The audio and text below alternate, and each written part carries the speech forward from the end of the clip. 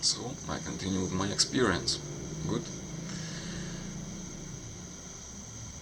Interesting or not interesting? I'm saying this. I just want to share with my experience. Maybe it helps somebody. If I would have heard these things when I was back then, that would that would have helped me and inspired me to fight and to meditate. So maybe this is why I'm making my videos. I would be happy to inspire somebody or to maybe bring some light, because I have lived many things that very few people had lived. So what I started doing, my meditation, my self-inquiry, was I realized that this insanity, this being possessed by another entity or whatever, comes when I'm not really aware of myself. For example, if I start watching TV or something, I kind of get myself involved in there, and I kind of forget about myself. I become unaware of myself, This is when these things would happen. The next time I'm aware of myself, I see that something is going wrong. So I knew that I just have to be present and conscious of myself all of the time. How to do this? I started to all of the time anchoring myself into myself by asking, who am I? Who am I? Who am I? And really trying to go into myself and really feel myself, feel my centeredness, feel myself, get into myself, get more anchored, more rooted within myself, because then I knew that this insanity possession just wouldn't happen. It just cannot overtake me if I'm well rooted and centered within myself. So it was a very intense practice, because it was a very intense time. I just knew that any moment can be my last. In the morning when I would wake up, I felt grateful that I'm still alive, that I hadn't killed myself in the night. I would say thank God for this, that I woke up, and now I have to meditate, do this self-inquiry for as hard as I can, because I just know that I don't know if in 5 hours I will still be alive. I may kill myself, I may kill somebody, and I'll just, I don't want anybody to see me going to the fucking shop naked. I was living in a small village. Everybody knew each other. Yeah. No, nobody saw me, as far as I know. But so this is when I went to the forest, and I started to spend more and more time in the forest. I would go back and I would sleep in the house that was close to the forest in the village, but every day I would go to the forest, because I found that just being there, it helps me. And yes, I was practicing self-inquiry all the time. Nobody knew about the things that I was going, this insanity. I didn't say to anybody. I was all alone, and the practice was very intense.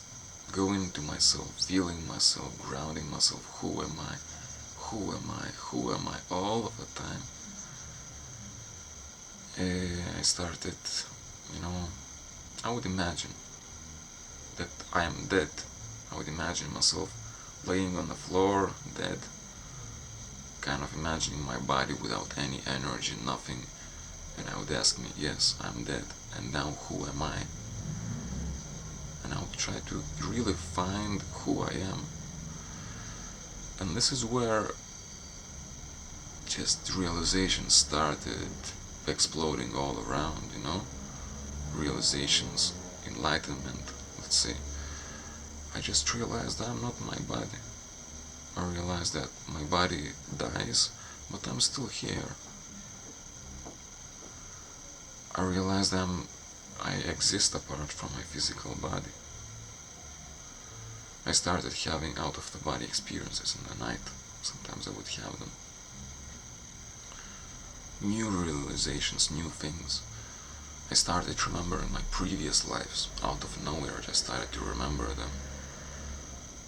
Remember myself instead of knowing myself as a physical entity, a physical body. I started seeing myself more as a spirit, incarnation. This way, realizing my independency from my body, and also kind of remembering my previous lives and having those spiritual experiences where I would be in spirit or out of the body experience. I started understanding many things, a completely new world dawned upon me. While in the past I was identified with the physical and everything is like limitation. If you are based on that, everything is limited. Then when you realize that apart from this physical there is so much more, it brings so much more freedom and so much more inspiration, and I just got interested that indeed, life is much more than I thought it to be, Yeah, sometimes I remember in the beginning I was having those experiences with these demons or, this insanity. Like sometimes I would just wake up in the night with a feeling that my body is pushed away from myself. Another entity is getting into me and kind of pushing me outside of myself. I would wake up all sweating, cold, and all my heart racing 100 miles per hour. Spiritual experiences when I would bad spiritual experiences when spirit or entity just tries to enter my body and trying to get me out. This was in the beginning, but like I said, when I started practice self-inquiry, in about 1 or 2 weeks I had myself under myself, and I knew that nothing is going to hurt me anymore. Yeah, I just knew that I won the fight. In maybe the first week I knew that I won the fight, and that this entity or this presence started having respect to me and started kind of being afraid of me and starting backing off and backed off, ran away, because I got so deeply within myself, so I became a fortress for myself, and my body was my fortress, and it just couldn't happen anymore.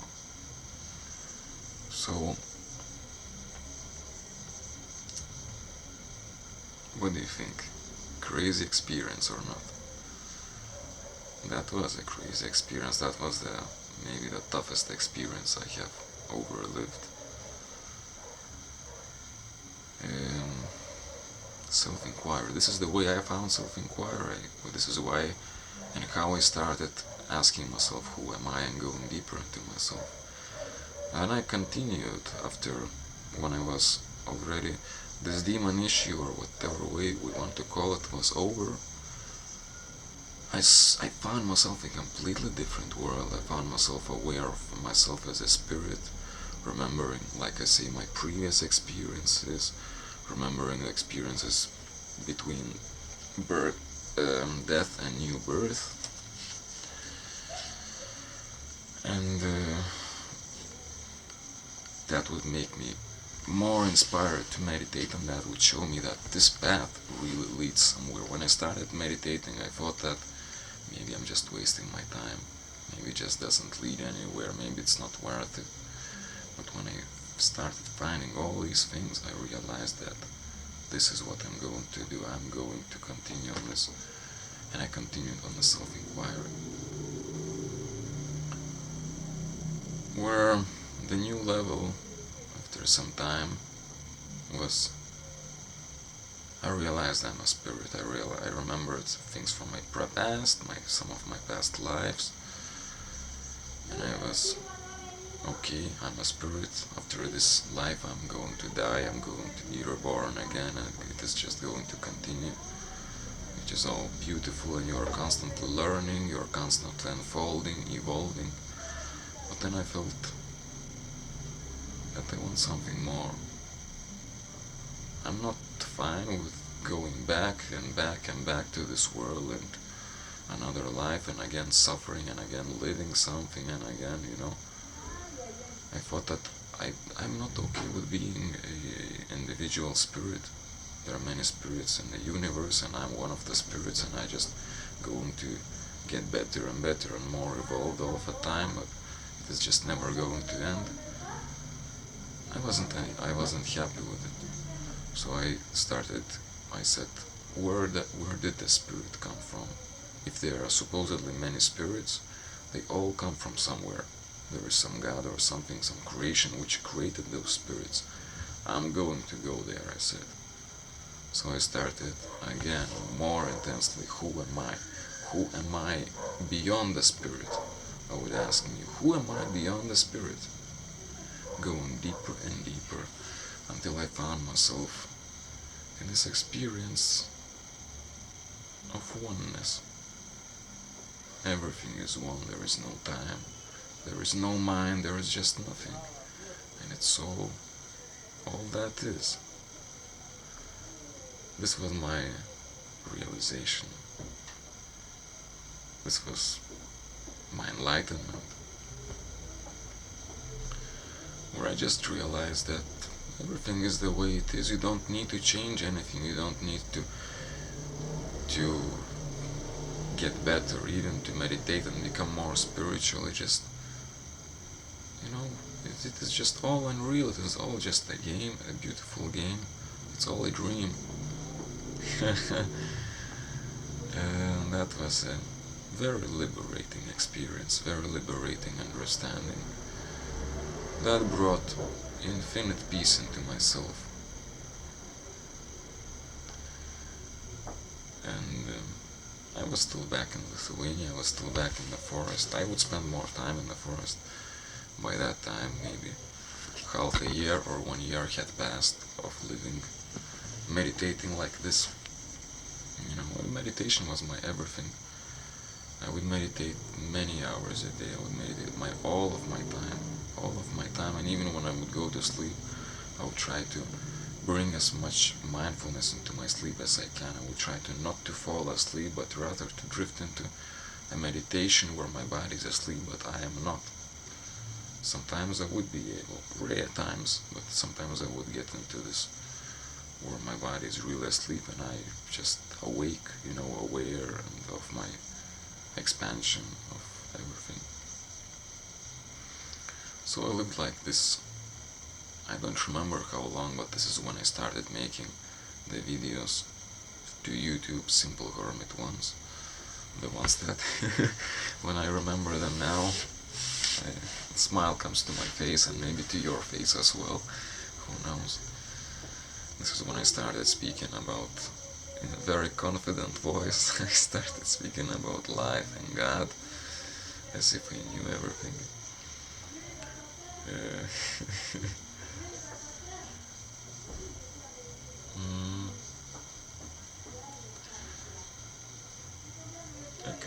I always continued meditating, and I always continued getting deeper and deeper and understand more and more. And now I do too. I always get more amazed with the miracle of life.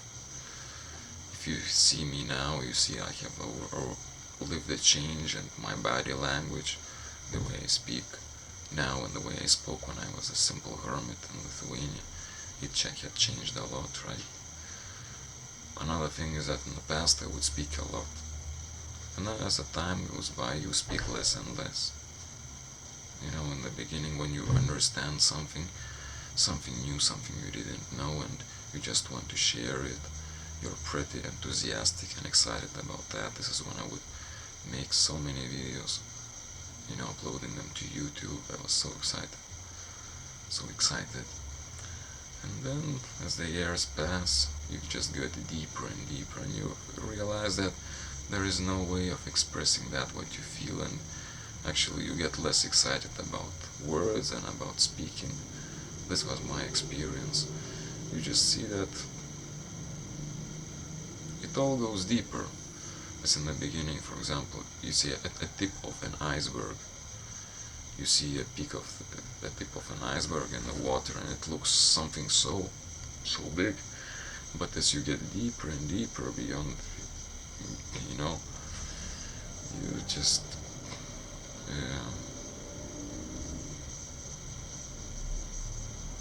you start speaking less about those things, maybe.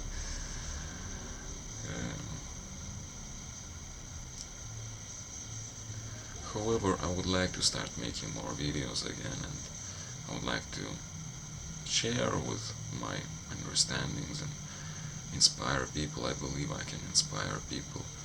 I have lived things, I have underlived many things.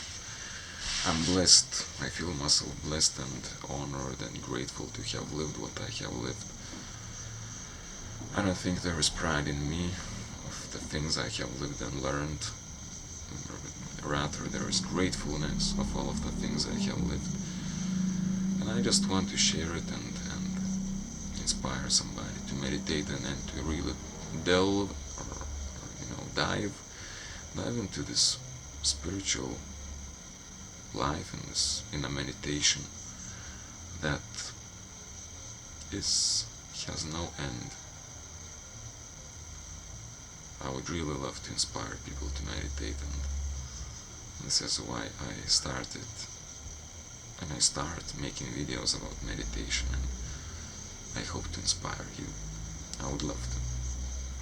So, this is my experience. I'm quite done with speaking this time. Thank you for hearing me, for watching me, thank you for being with me. I appreciate you, I'm grateful to you, and it's time to meditate.